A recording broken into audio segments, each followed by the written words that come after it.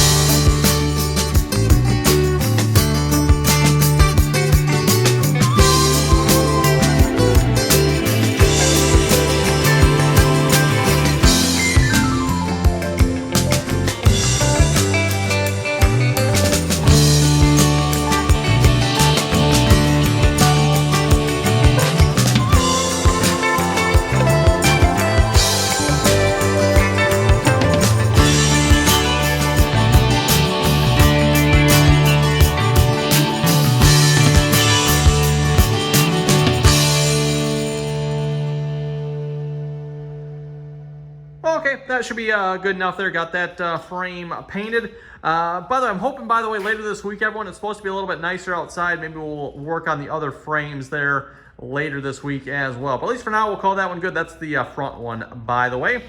And let's move on to doing a little whittling here on the foam. So, yeah, I can definitely tell the foam expanded. Hopefully it expanded good enough to kind of fill in, cover all the gaps and stuff. We'll see what it looks like here once we climb up in there.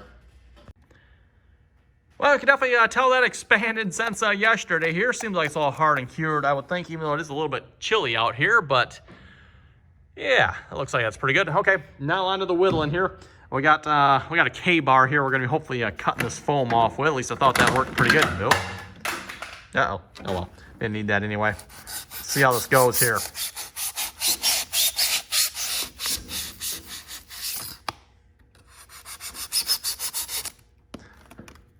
Yep, carbon job. Anyone good at carbon?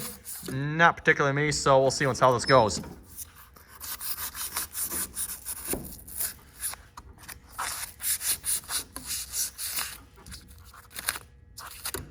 Oh, better be careful. There's wires back behind there. I don't want to cut the wires off if we can help it.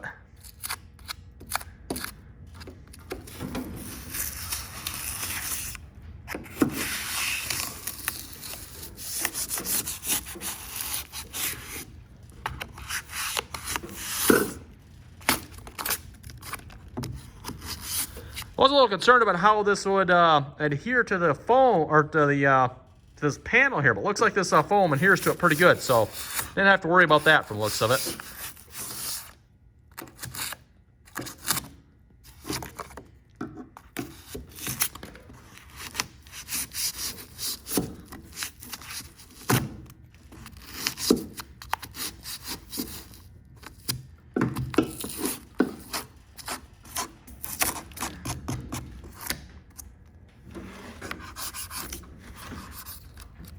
Actually, might come across there and just see if I can trim that whole thing up. We'll see how that goes.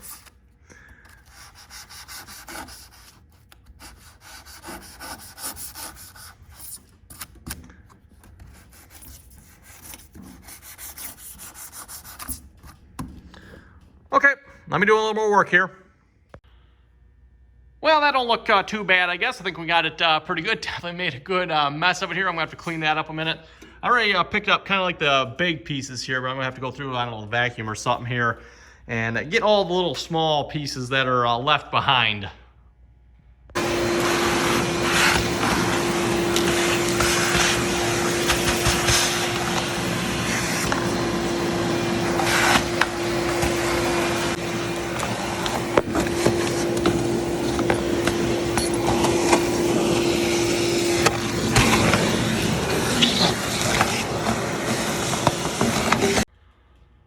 Okay, I think we'll call that clean enough for now here. And I'm thinking I'm maybe going to start working on doing some fabric next. And I thought maybe the fun spot to start would be up around the control section there. That looks particularly fun to do, right? Yeah. Okay, we got a piece cut here. There's probably a reason I've kind of been putting this off here. For one thing, this material is a little bit stringy, so that should make it interesting. And yeah, I'm not particularly probably good with working with fabric here. So we'll see how this turns out. I mean, the bottom piece there I think turned out pretty good. So hopefully we get the top piece to turn out halfway decent as well. We'll see once here. I made it, I don't know what, 11 inches long or wide or so. And it's definitely more than long enough to hopefully wrap around there. So we'll, yeah, I'll have to probably pull that radio and the switches and stuff out there so we can kind of tuck this in around it. And we'll see how this turns out. I'm probably going to staple this up here. And we'll try to keep the staples so it's maybe somewhat hidden. We'll see what's, yeah, not sure how this is going to turn out, but we're going to give it a try. Okay, everyone. Well, I didn't record any of it here, but, I don't know, a good half hour, 45 minutes of work here. I got it on. I did glue this on, by the way, so I did spray the adhesive both on the paneling here and then on the fabric. So I did both sides, kind of like it says, for the, the best strength. And I guess it didn't go too bad, everyone. Yeah, definitely sweating here a little bit, though. That was quite a bit of work to get it on and try to, be quick about it so it looks nice. And when the adhesive's setting up there, I did staple it up along the top here. Again, I do have our plan of putting a piece on the top yet, of course. And I was thinking maybe like some sort of trim pieces along it here so that would cover up the staple lines along the edges. At least that's what I'm thinking, everyone.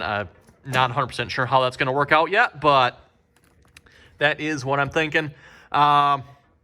Didn't turn out the greatest here. Right along here, you can probably see the wrinkles in the fabric.